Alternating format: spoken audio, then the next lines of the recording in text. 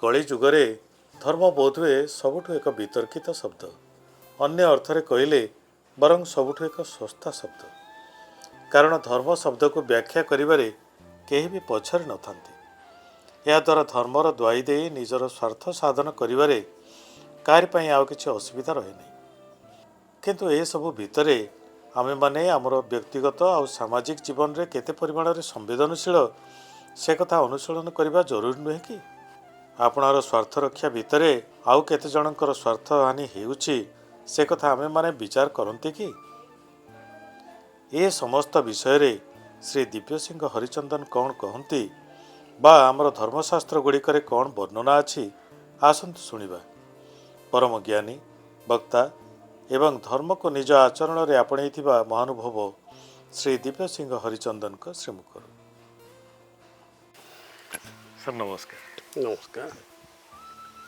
धृति क्षमा दमस्तेयं शौचम इंद्रिय निग्रह धी विद्या सत्यम क्रोध एसक धर्म लक्षण।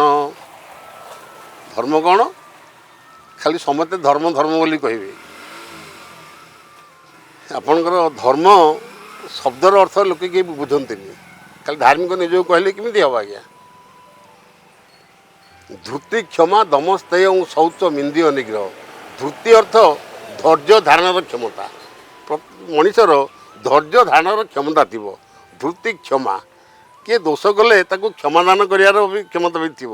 धृति क्षमा दमस्तेय माने दमन करार माने कुप्रकृति की दमन करार क्षमता थार थी। अस्तेय दमस्तेय अस्तेय अर्थ चोरी न करवा केबे का जिनस परद्रव्य कि परसहरण एगुड़ा केबे करबनी। धृति क्षमा दमस्तेय शौच इंद्रिय निग्रह। शौच अर्थ पवित्रता सब हृदय को पवित्र रखुथिबो। इंद्रिय निग्रह आपनकर सब जाक इंद्रिय को से बसीभूत के रखुथिबो। धी विद्या धी अर्थ बुद्धि बुद्धि विद्या सत्य अक्रोध सत्यम अक्रोध अक्रोध माने क्या न रागिबा। धी विद्या सत्यम क्रोध एसक एसक धर्म लक्षण। यही दशटा हूँ आपण धार्मिक लोकर लक्षण। ये दशटा जब नथिबो से धर्म करिवार कौन सी आवश्यकता नहीं। से धार्मिक हो पारबनी। तेणु आपण मैंने कर्म एवं धर्म ये लोक मैंने जो धार्मिक होते साधु सन्यासी मु धर्मवंत लोक मत समस्ते पूजा कर धर्म कथा कहूँ से गुड़ाक धर्म न आज्ञा। धर्म धर्म बोली जासुण चित्कार धूर्तंकर से आयुध परबित हरि घरे जे पुरांती से ही बोलांती भी बुध। ये कलिजुगर लक्षण हूँ जो मैंने निजक धार्मिक बोली कहती मु धर्म करा जाऊँगी कहूँ से हूँ धूर्तंकर से आयुध माने भारी चालाक चतुर लोकर ये धर्म हूँ गोटे अस्त्र बुझे आज्ञा। धूर्त तो चालाक चतुर धूर्तंकर से आयुध पर बीत हरि घरे जे पुरांती से ही बोलांती विबुध। ये जुगरे पर जिनिस हरण करी जे निजक धनी बोलाऊँगी बुझे आज्ञा। सी बड़ पंडित बड़ धार्मिक लोक बोली ताकू समस्ते कहते। पाटी पेट मध्य व्यवधान जार जेते हुओ ये अधिक धन धान्य गण्य संसार बजारे सामर्थ्य सिद्ध बणिक। व्यवसाय करी बा जेकोसी वृत्ति करी पर को ठकियाटा वृत्ति चोरी कराटा वृत्ति मनुष्य मारियाटा वृत्ति जेकोसी वृत्ति करी लोक मैंने जो निजक बड़ बोली मन करा धूर्तर कथा है। धर्म कहले कौन आज्ञा? ध्रियते धर्म इत्याहु सएव परम प्रभु। जे आपन ध्रियते जे आपन को धारण करिछि से हूँ आज्ञा धर्म। सी हूँ आपणकर प्रभु आज्ञा बुझे आज्ञा। जे आपन को धारण करिछि धर्म शब्द अर्थ हूँ जे आपन को धारण करिछि से हूँ धर्म। ध्रियते धर्म इत्याहु सएव परम प्रभु। जो प्रभु तुमको धारण करिछि आमको किए धारण करिछि? प्राणवायु धारण करिछि। आम देहर जो प्राणवायु आज्ञा चलीज कौन ये शरीर रहिबो? प्राणवायु जब आमको न धर प्राणवायुटा जी आम उड़ीगला कौन लोग कहते ता देहर नारायण छाड़ीगले। गोटे लोक जी मरी जाऊँगी लोग कौन कहते ता देहर नारायण छाड़ीगले। तेणु नारायणटा ता देहरे थिले बोली से खाऊला पीऊला चलूला बसुला हसुला कहूला हाथ तार बल करूला गोड़ बल करूला। जो से नारायण ता देहर चलीगले कि सी आउ बसीपर कि उठिपर कि कहीपर कि खाईपर से सब हो। तेणु ध्रियते धर्म इत्याहु सएव परम प्रभु। जी तुमको धारण करिछि ତମେ ତାକୁ ଯଦି ଧରିବ ଆଜ୍ଞା ସୁନ୍ଦର ପଦଟି ଆପଣଙ୍କର ଅଭିରାମ ରସ ଲେଖିଲେ କହିଲା ଯେ ତୋତେ ଧରିଛି ମନ ଆରେ ତୁ ହିଁ ତାକୁ ଧର ଏ ଧର୍ମକୁ ସବୁ କରମ ସମର୍ପଣ କର ତୋତେ ଯିଏ ଧାରଣ କରିଛି ତାକୁ ତୁ ଧରିବା ପାଇଁ ସଦାବେଳେ ଚେଷ୍ଟା କରେ ଅଥଚ ତୋ ଶରୀରଟାକୁ ସୁସ୍ଥ ରଖିଥିଲେ ସେ ତୋ ଦେହରେ ବହୁତ ସମୟ ରହିବ ତୋ ଶରୀରଟା ଯଦି ମାନେ ଖରାପ ହେଇଯିବ ସେ କ'ଣ ତୋ ଦେହ ରହିପାରିବ ଯେମିତି ଗୀତାରେ ଆପଣଙ୍କୁ କହିଲା ବାସାଂଶୀ ଜିନ୍ନାନ ଯଥା ବିହାୟ ଏ ନବାନ୍ନି ଘୂର୍ଣ୍ଣାତି ନର ପରାଣୀ ଏ ତଥା ଶରୀରାଣ ବିହାୟ ଜିନ୍ନା ନନ୍ୟାନି ସଞ୍ଜାତି ନବାନି ଦେହି ବାସାଂଶୀ ଜିନ୍ନାନି ଯଥା ବିହାୟ ବାସ ଅର୍ଥ ଲୁଗା ଜୀର୍ଣ୍ଣ ହେଇଗଲା କି ପୁରୁଣା ହେଇଗଲା ବାସାଂଶୀ ଜିନ୍ନାନ୍ୟ ଆମ ଲୁଗାଟା ଚିରିଗଲା କି ପୁରୁଣା ହେଇଗଲା ଆମେ କ'ଣ କରୁଛେ ଯଥା ଯେପରି ବିହାୟ ଯେମିତି ଗୋଟେ ନୂଆ ଲୁଗାଟା ଆଣିକି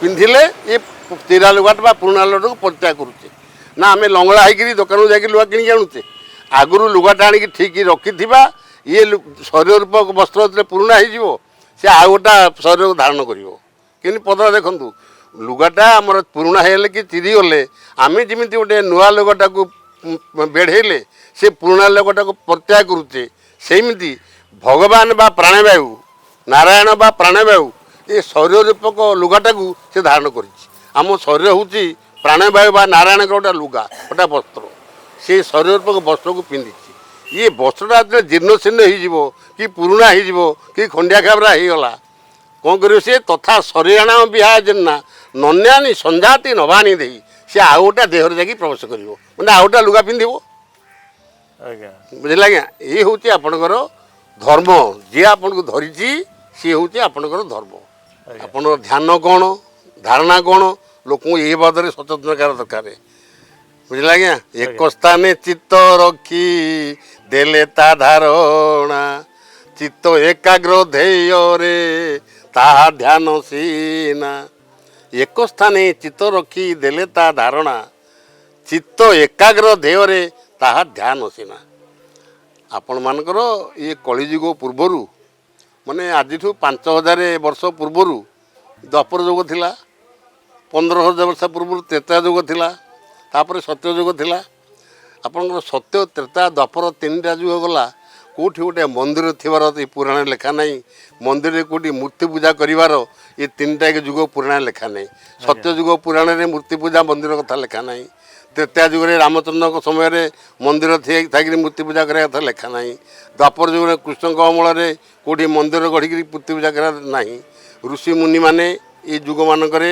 ସବୁ ପାହାଡ଼ ପର୍ବତ ଗୁମ୍ଫା ଭିତରେ ପତ୍ର କୁଡ଼ିଆରେ ଗଛ ମୂଳେ ବସି ଭଗବାନଙ୍କ ନାମକୁ ଜପୁଥିଲେ ନାମକୁ ଜପି ସେ ଭଗବାନଙ୍କୁ ତାଙ୍କ ଆଗରେ ପାଉଥିଲେ ଏବଂ ତାଙ୍କଠୁ ବର ବି ପାଉଥିଲେ ଆଜ୍ଞା ଆଜ୍ଞା ତେଣୁ ଭଗବାନଙ୍କ ନାମର ମହିମା ଏତେ ତେଣୁ ଅଚ୍ୟୁତାନନ୍ଦ ଲେଖିଲେ କହିଲା ନାମ ଯେତେ ପାପ ନାଶଇ ରୂପ ନନାଶେ ତେତେ ନାମ ଠାରୁ ଆଉ ବଳୁଆ କେବା ଅଛି ଜଗତେ ତେଣୁ ନାମ ଯେତେ ପାପ ଆପଣଙ୍କର ନଷ୍ଟ କରିବ ଯେତେ ଉପକାର ଆପଣଙ୍କର କରିବ କିନ୍ତୁ ରୂପ ସେତେ କାମ କରିପାରିବନି ଗୋଟେ ଛୋଟିଆ ଉଦାହରଣ ଦେବି ଆପଣମାନେ ସମସ୍ତେ ରାମାୟଣ ପୁରାଣ ପଢ଼ୁଥିବେ ରାମଚନ୍ଦ୍ର ଲଙ୍କାକୁ ଯିବା ପାଇଁ ସମୁଦ୍ର ଭିତରେ ଗୋଟେ ବନ୍ଧ ବାନ୍ଧିଲା କାହିଁକିନା ସମୁଦ୍ର ଭିତରେ ଲଙ୍କା ଅଛି ଆପଣଙ୍କର ଆନ୍ଧ୍ରପ୍ରଦେଶ ଲାଷ୍ଟରୁ ତାମିଲନାଡ଼ୁରୁ ଲଙ୍କାକୁ ଯିବା ପାଇଁ ହେଲେ 24 ମାଇଲ ବାଟ ଗୋଟେ ବନ୍ଧ ହେଲେ ଲଙ୍କାରେ ଯାଇ ପହଞ୍ଚିବେ ଆଜ୍ଞା ତେଣୁ କପି ଭଲୁକ ବାନରମାନେ ସବୁ କ'ଣ କରୁଛନ୍ତି ନା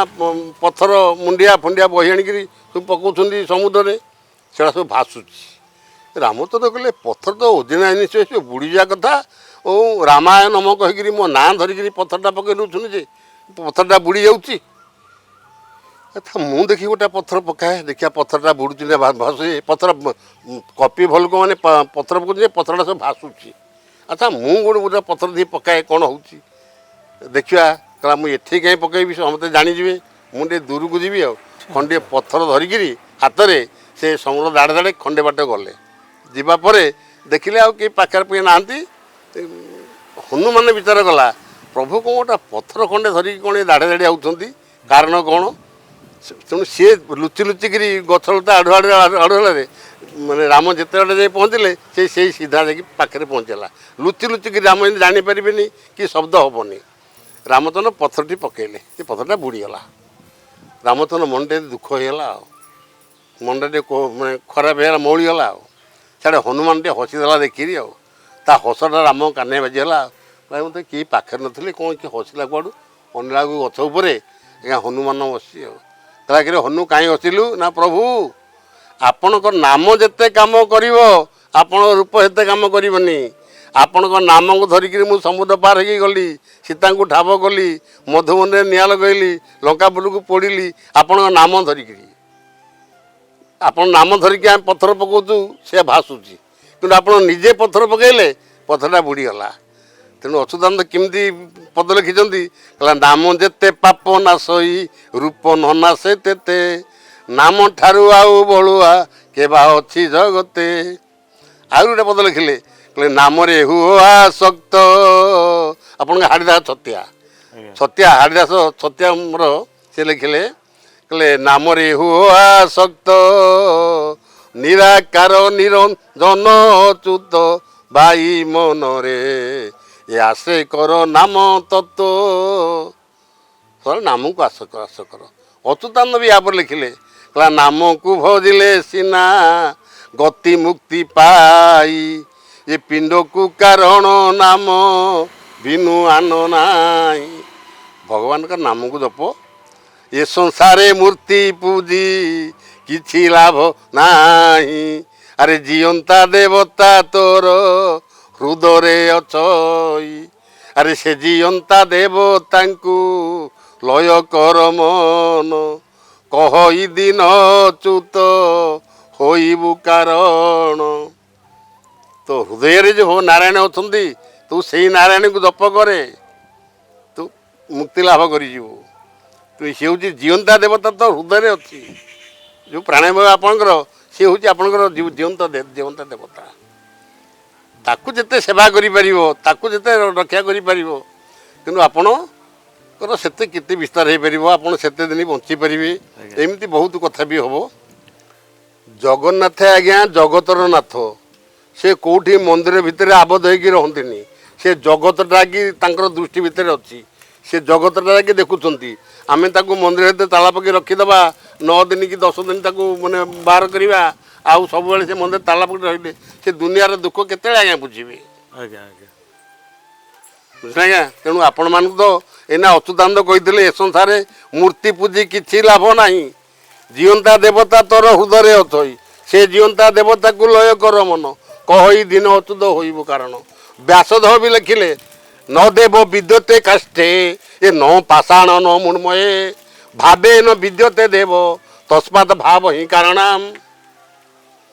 ନ ଦେବ ବିଦ୍ୟତେ କାଷ୍ଠେ କୌଣସି କାଠରେ ଦେବତାମାନେ ରହନ୍ତିନି ନ ପାଷାଣ ନ ମୃଣ୍ମୟେ କୌଣସି ପଥରରେ ଦେବତାମାନେ ରହନ୍ତିନି କୌଣସି ମାଟି ମୂର୍ତ୍ତିରେ କି ପିତ୍ତଳ ମୂର୍ତ୍ତିରେ ଦେବତାମାନେ ରହନ୍ତିନି ଆପଣଙ୍କର ପଥରରେ ଶିବଲିଙ୍ଗ ତିଆରି କରୁଛନ୍ତି ଲିମ୍ବ କାଠରେ ଜଗନ୍ନାଥଙ୍କୁ ତିଆରି କରୁଛନ୍ତି ଆଜ୍ଞା ମାଟି ମୂର୍ତ୍ତି ବା ପିତ୍ତଳ ମୂର୍ତ୍ତିରେ ଦେବୀମାନଙ୍କ ମୁହଁ ତିଆରି କରୁଛନ୍ତି କିନ୍ତୁ ବ୍ୟାସ ଭଳିଆ ମୁଁ ତ ଲେଖିନି ବ୍ୟାସଦେବ ଲେଖିଛନ୍ତି ନ ଦେବ ବିଦ୍ୟତେ କାଷ୍ଠେ ନ ପାଷାଣ ନ ମୃଣ୍ମୟେ ମାଟି ମୂର୍ତ୍ତିରେ କି ପଥର ମୂର୍ତ୍ତିରେ କି କାଠ ମୂର୍ତ୍ତିରେ ଦେବତା ରହନ୍ତିନି ଦେବତାମାନେ କେଉଁଠି ରହନ୍ତି ନା ଭାବେ ନ ବିଦ୍ୟତେ ଦେବ ତସ୍ମାତ୍ ଭାବ ହିଁ କାରଣାମ୍ ଆପଣଙ୍କର ଏଇନା ମେହର ବାବୁ କହୁଥିଲେ କ'ଣ କହୁଥିଲେ କହିଲେ ମୁଁ ଏମିତି ତଳିଲେ ହେଲି ଯେ କିଛି ଜାଣିପାରିଲିନି କାହିଁ ଜାଣିପାରିଲେନି ସେ ନା ଭାବଜ ହିଁ ଉଦେ ହୁଅଇ ପ୍ରଭୁ ହୁଅନ୍ତି ଗ୍ରାହୀ ତେଣୁ ଭକ୍ତେ ନାମ ଦେଇଣ ଅଛନ୍ତି ଭାବଗ୍ରାହୀ ସେ ଭାବରେ ଏତେ ତନ୍ନୀନ ହେଇଗଲେ ସେ କିଛି ଜାଣିପାରିଲେନି ଭାବ ତେଣୁ ସେ ଭଗବାନ କହିନାହାନ୍ତି ଭାବକୁ ନିକଟ ମୁହିଁ ଅଭାବକୁ ଦୂର ନ ପାଇବେ ଖୋଜି ମୋତେ ଅବିଶ୍ୱାସୀ ନର ମୁଁ ହେଉଛି ଭାବଗ୍ରାହୀ ଭାବ ଗୁର୍ନାତି ଇତି ରହସ ଭାବଗ୍ରାହୀ ଭାବକୁ ଯେ ଗ୍ରହଣ କରେ ତମେ ଏତେ କ୍ଷୀରି ପୁରୀ ଭୋଗରାଗ ଯେତେ କଲେ ସେଗୁଡ଼ାକୁ ଖାଆନ୍ତିନି ଠାକୁର ତମ ଭାବଟାକୁ ସେ ଗ୍ରହଣ କରନ୍ତି ତେଣୁ ଅଭିରାମ ରସ ଲେଖିଲେ ସନାତନ ଧର୍ମାର୍ଥ ଗୀତାରେ ଅଭିରାମ ରସ ସନାତନ ଧର୍ମାର୍ଥ ଗୀତା ଲେଖିଛନ୍ତି ବୁଝିଲେ ଆଜ୍ଞା ଯେତେବେଳେ ପୃଥିବୀ ଯାକ ସମସ୍ତେ ସନାତନୀ ହେଇଯିବେ କହିଲେ ମୁସଲମାନ ଖ୍ରୀଷ୍ଟିଆନ ହିନ୍ଦୁ ଧର୍ମାଦି ଯେତେ ଏ ଧର୍ମ ନୁହେଁ ଏ ସମ୍ପ୍ରଦା ସିନା ବୋଲନ୍ତି ତେତେ ଯେତେବେଳେ ବୁଝିଯିବେ ଏ ବିଶ୍ୱବାସୀ ଜନ ଏ ସକଳ ଜୀବନ କର୍ତ୍ତା ଏକ ଭଗବାନ ତେତେବେଳେ ଧର୍ମ ମାନ ମୀମାଂସା ହୋଇବ ଏ ବିପ୍ଳବ ପ୍ଳବଗ ବିଷୟ ରଡ଼ି ନ ଛାଡ଼ିବ। ଯେତେବେଳେ ଏ ହିନ୍ଦୁ ଇସଲାମ ଖ୍ରୀଷ୍ଟିଆନ ହିନ୍ଦୁ ଧର୍ମରେ ଯେତେ ଏଗୁଡ଼ା ଧର୍ମ ନୁହେଁ, ଏଗୁଡ଼ା ହେଉଛି ସମ୍ପ୍ରଦାୟ। ହିନ୍ଦୁ ଗୋଟେ ସମ୍ପ୍ରଦାୟ, ମୁସଲମାନ ଗୋଟେ ସମ୍ପ୍ରଦାୟ, ଖ୍ରୀଷ୍ଟିଆନ ଗୋଟେ ସମ୍ପ୍ରଦାୟ, ଧର୍ମ ହେଉଛି ସନାତନ। ବୁଝିଲେ ଆଜ୍ଞା? ବିଶ୍ୱରେ ନିୟତ ନିତ୍ୟ ନିର୍ଦ୍ଦିଷ୍ଟଟି ଜାଣ, ବିଶ୍ୱରେ ଯେ ନିୟତ ଯେ ନିତ୍ୟ, ବୁଝିଲେ ଆଜ୍ଞା, ସେ ହେଉଛି ଆପଣଙ୍କ ଧର୍ମ। ଅଭିରାମ ପରମହଂସ କହିଲେ, କହିଲା ଭାବ ଯହିଁ ଉଦୟ ହୁଅନ୍ତି ପ୍ରଭୁ ହୁଅନ୍ତି ଗ୍ରାହୀ ତେଣୁ ଭକ୍ତେ ନାମ ଦେଇଣ ଅଛନ୍ତି ଭାବଗ୍ରାହୀ। ଯାହା ହୃଦୟରେ ଭାବ ଜାଗ୍ରତ ହେବ ତାକୁ ଭଗବାନ ଗ୍ରହଣ କରିବେ। ଯିଏ ଭାବକୁ ଗ୍ରହଣ କରେ ସେ ହେଉଛି ଭାବଗ୍ରାହୀ। କହିଲା ଧେନୁ ପୋଷେ ପୋଷା ଯେପରି କ୍ଷୀର ଲୋଭରେ ଧାଇଁ, କହିଲା କ୍ଷୀର ସରିଗଲେ ବସ୍ତା କି ଆଉ ଗୋଡ଼ାଏ କାହିଁ। ଧେନୁ ଅର୍ଥ ଗାଈ, ଗାଈ ପଛରେ ବାଛୁରୀ କାହିଁ ଗୋଡ଼ଉଛି? ଗାଈଠୁ ଟିକେ କ୍ଷୀର ଖାଇବା ପାଇଁ। ଯେତେବେଳେ କ୍ଷୀର ସରିଯିବ ଗାଈଠୁ ଆଉ ବସ୍ତା ତା ବାଛୁରୀଟା ତା ଗାଈ ପଛରେ ଆଉ ଗୋଡ଼େଇବ କି? ଆଉ ଗୋଡ଼େଇବନି। କହିଲା ଧେନୁ ପଛେ ବସ୍ତା ଯେପରି କ୍ଷୀର ଲୋଭରେ ଧାଇଁ, କ୍ଷୀର ସରିଗଲେ ବସ୍ତା କି ଆଉ ଗୋଡ଼ାଏ କାହିଁ। ଭକ୍ତ ସେପରି ହେଲା ଗାଈ ତା ଭାବ ହୋଇଲା କ୍ଷୀର, ଭାବ ଲାଳସାରେ ଗୋଡ଼ାଇ ଥାନ୍ତି ସାରଙ୍ଗ ଧର।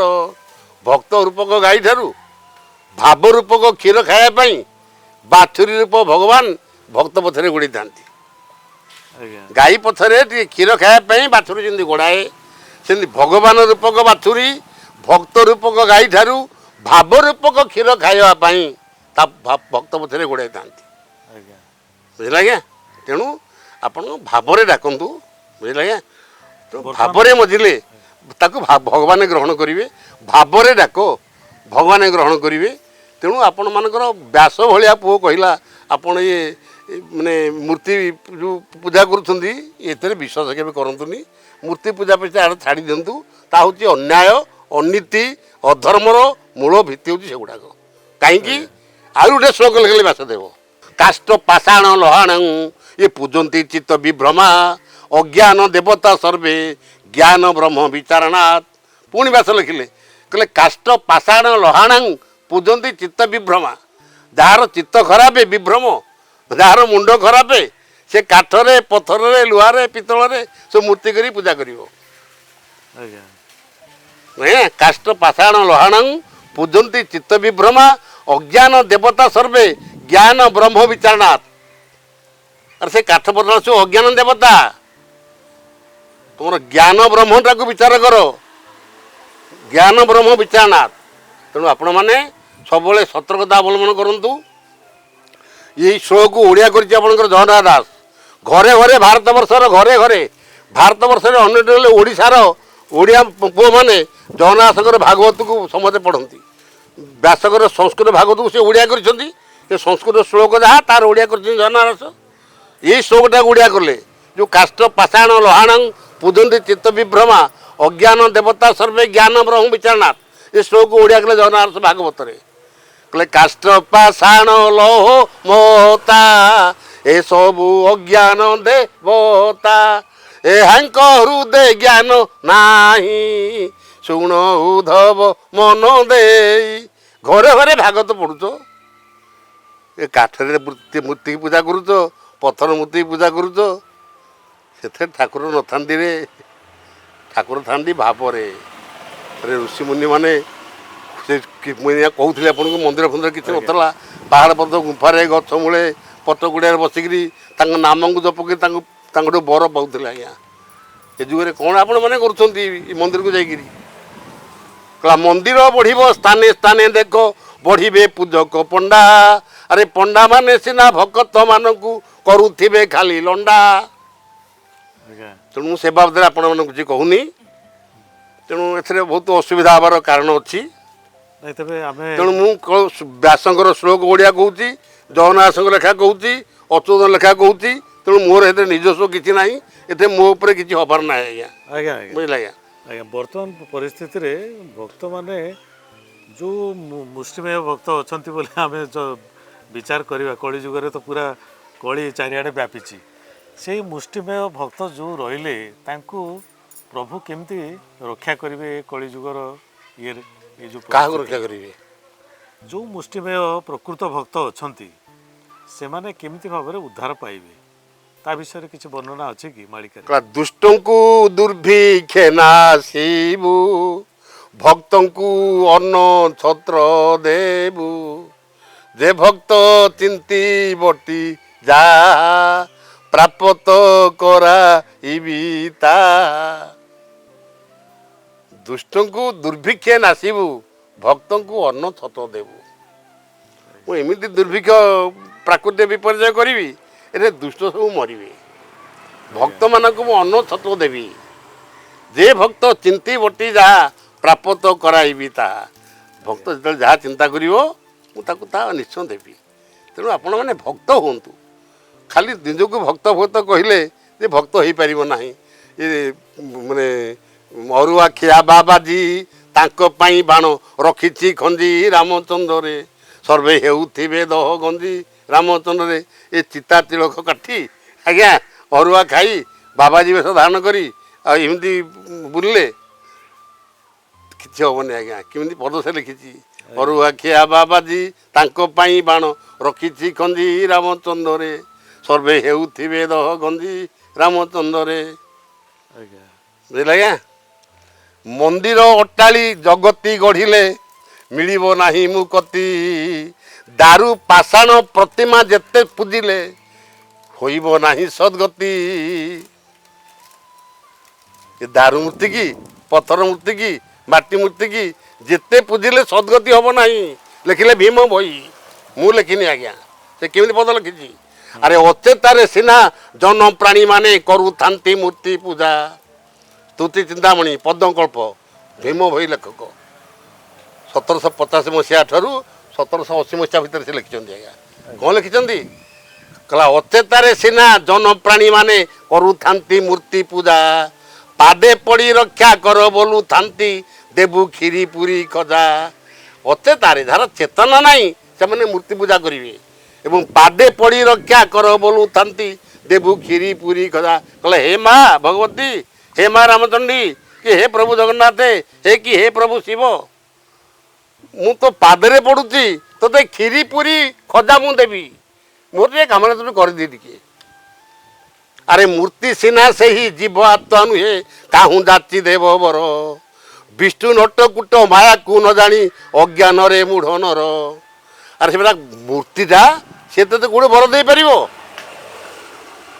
जेहू गढ़ी आपणा पिंडे प्राण ताकू समर्पण नाही ये काठ पत्थर दियो को बोलू अच्छु प्राणी को दियो बंचाई अरे जो बाप माँ तुमको गढ़ी जो बाप माँ तुमको जन्म देइछंती अरे सी ये कलिजुग बुढ़ा बयस तुम छाड़ी देकर स्त्री को लेकर बाहर रही सुख करुच सी तुमको जी गढ़ी ताकू टे पचारू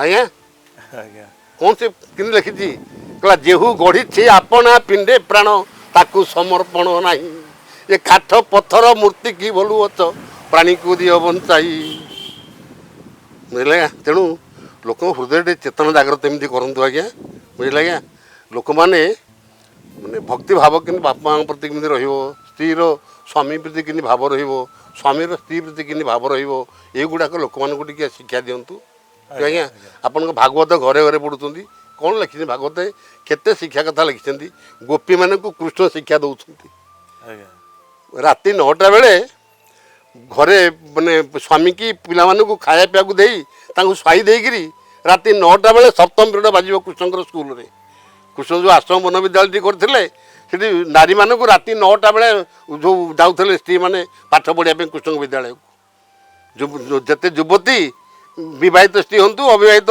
युवती हूँ जाती कृष्ण विद्यालय को राति 9टार आज्ञा पाठ पढ़ाई कहीं जाती 9टारे स्वामी पिला मानक सब खाया पिया को देई स्वाई देकी जाई स्कूल को जाती कौन शिक्षा दिखती भगवान कृष्ण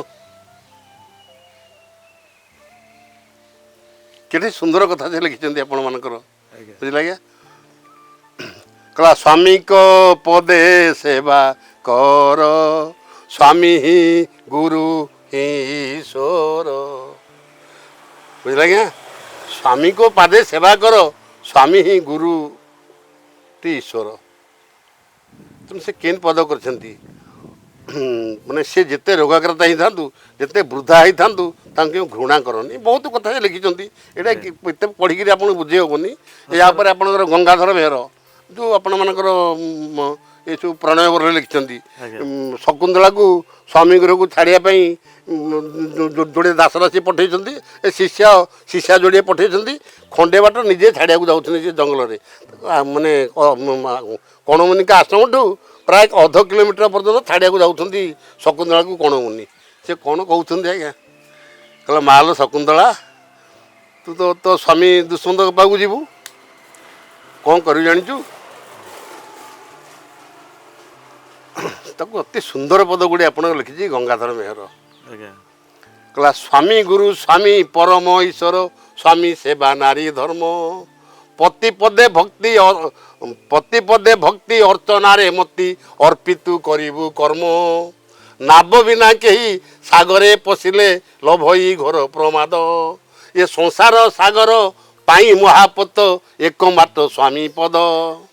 ମାଲୋ ସ୍ୱାମୀ ଗୁରୁ ସ୍ୱାମୀ ଈଶ୍ୱର ସ୍ୱାମୀ ସବୁ, ତେଣୁ ପତି ପଦେ ଭକ୍ତି ଅର୍ଚ୍ଚନାରେ ମତି ଅର୍ପିତ କରିବୁ କର୍ମ ଗୁରୁଜନ କେହି ପାଶକୁ ଆସିଲେ ତେଜିବୁ ଉଠି ଆସନ ଉଚ୍ଚାସନ ଦେଇ ବନ୍ଦୀ ସବିନଏ କରିବୁ ତାଙ୍କ ଅର୍ଜନ। କିଏ ଯଦି ଗୁରୁଜନ ଲୋକ କି ଅତିଥି କି ଘରକୁ ଆସିଲେ ତାଙ୍କୁ କ'ଣ କରିବୁ? ତୁ ଆସନ ତ୍ୟାଗରେ ଉଠି ଯାଇକିରି ତାଙ୍କୁ ସୁନ୍ଦର ଆସନଟେ ଦେବୁ, ତାଙ୍କ ସେବା କରିବୁ, ତାଙ୍କୁ ପୂଜା କରିବୁ। କେମିତି ପଦ ଲେଖିଲେ। ଆଜ୍ଞା ନଣନ୍ଦ ଚଳିରେ କେବେ ନ ଚଳିବୁ ଅଧିକ କରିବୁ ସ୍ନେହ ବିମନା ହେଲେ ପାଶେ ଆଉ ଦାଉଇ ଆଉଁସିବୁ ମୁଣ୍ଡ ଦେହ। ତୋର ଯେଉଁ ନଣନ୍ଦ ଅଛନ୍ତି ନଣନ୍ଦ ହଳିରେ କେବେ ନ ଚଳିବୁ ଆଉଁସିବୁ ମୁଣ୍ଡ ଦେହ। ଆଜ୍ଞା ତାଙ୍କୁ ଅଧିକ ସ୍ନେହ କରିବୁ। ଆଜ୍ଞା ତେଣୁ କେମିତି ସେ ଲୋକ ହିତ ଉପଦେଶ ସେମାନେ କେମିତି ଗୋଟେ ନାରୀକି ଦେଇଛନ୍ତି। ବ୍ୟାସ ଆପଣଙ୍କର ସିଏ ମଧ୍ୟ କଣମୁନି ସିଏ ମଧ୍ୟ କହିଛନ୍ତି ଖାଲି ସ୍ତ୍ରୀ ସ୍ୱାମୀର ସେବା କରିବ, ସ୍ୱାମୀ କ'ଣ ସ୍ତ୍ରୀ ପାଇଁ କିଛି କରିବନି? ବୁଝିଲେ ଆଜ୍ଞା।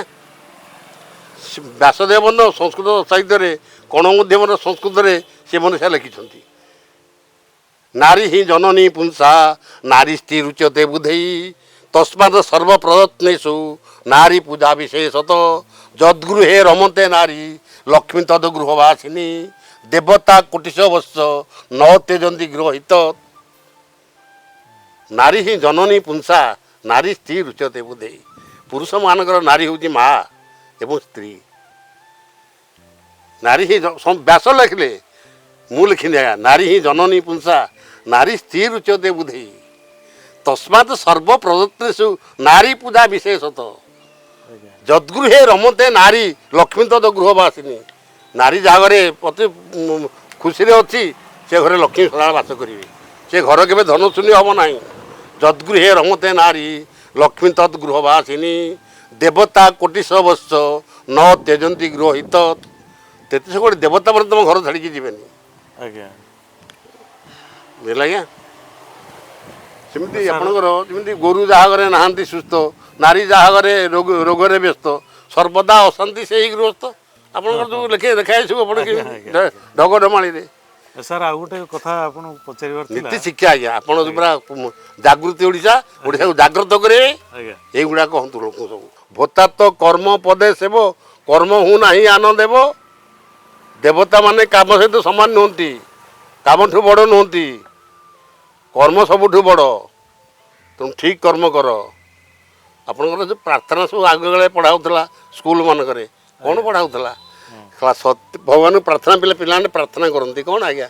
ସତ୍ୟ ପଥେ ଧର୍ମ ପଥେ ଘେନି ଯାଅ ମୋତେ ଭସାଅ ପରାଣ ମୋର ତବ ପ୍ରେମ ସ୍ରୋତେ ପ୍ରଭୁ ପରମ ଶରଣ ଏ ଜୀବନ ସିଚ ରଣେ କଲି ସମର୍ପଣ ପ୍ରଭୁ ପରମ ଶରଣ।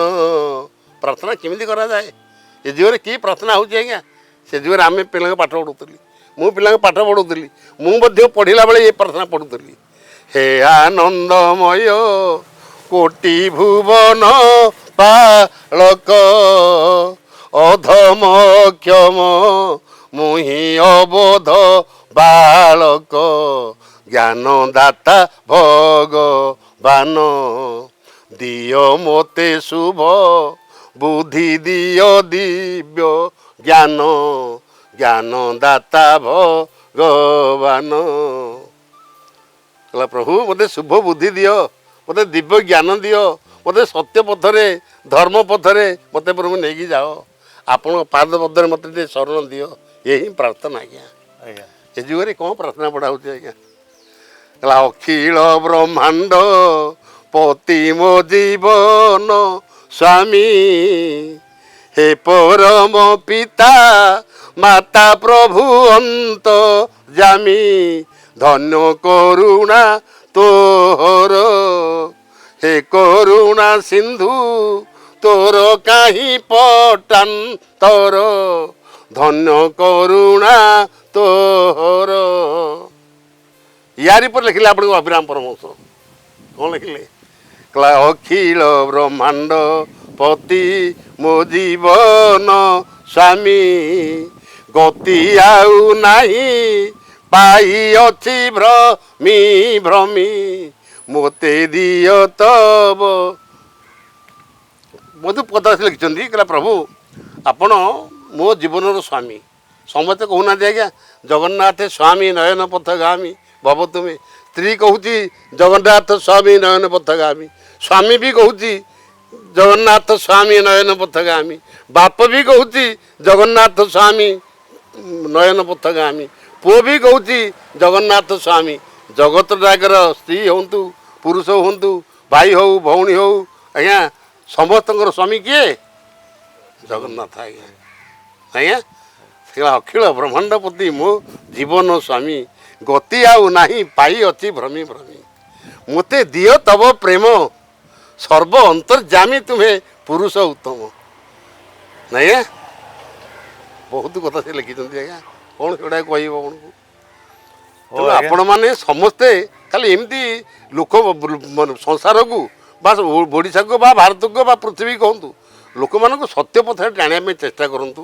ଲୋକେ ଧର୍ମ ପଥରେ ପଥିକ ହୁଅନ୍ତୁ, ଲୋକେ ଆଦର୍ଶ କର୍ମ କରନ୍ତୁ, ଗୁରୁଜନ ପ୍ରତି ସେବା କରିବା, ଛୋଟମାନଙ୍କ ପ୍ରତି ସ୍ନେହ ଆଦର କରିବା, ଏଗୁଡ଼ାକ ହିଁ ଧର୍ମ ଆଜ୍ଞା। ଆଉ ଅନ୍ୟ ଗୁଡ଼ାକ ଯାହା ସବୁ କରାହେଉଛି ଏ ଯୁଗର ନୀତି।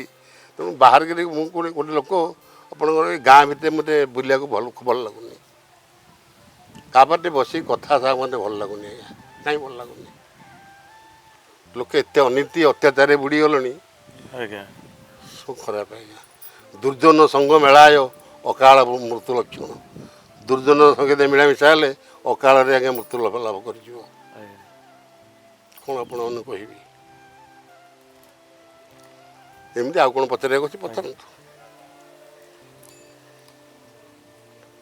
ହଉ ଆଜ୍ଞା ଆପଣଙ୍କ ସହିତ ମିଶିକି ବହୁତ କଥା ଜାଣିବାକୁ ମିଳିଲା, ଶିଖିବାକୁ ମିଳିଲା।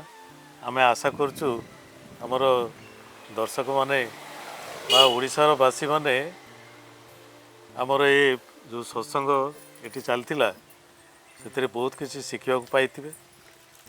ଆଉ ଭବିଷ୍ୟତରେ ଆମେ ଏ ପ୍ରକାର କାର୍ଯ୍ୟକ୍ରମ ଜାରି ରଖିବୁ। ତେଣୁ ଏଇ ଆଶା ରଖି ଆଜି ଆମେ ବିଦାୟ ନେଉଛୁ। ନମସ୍କାର।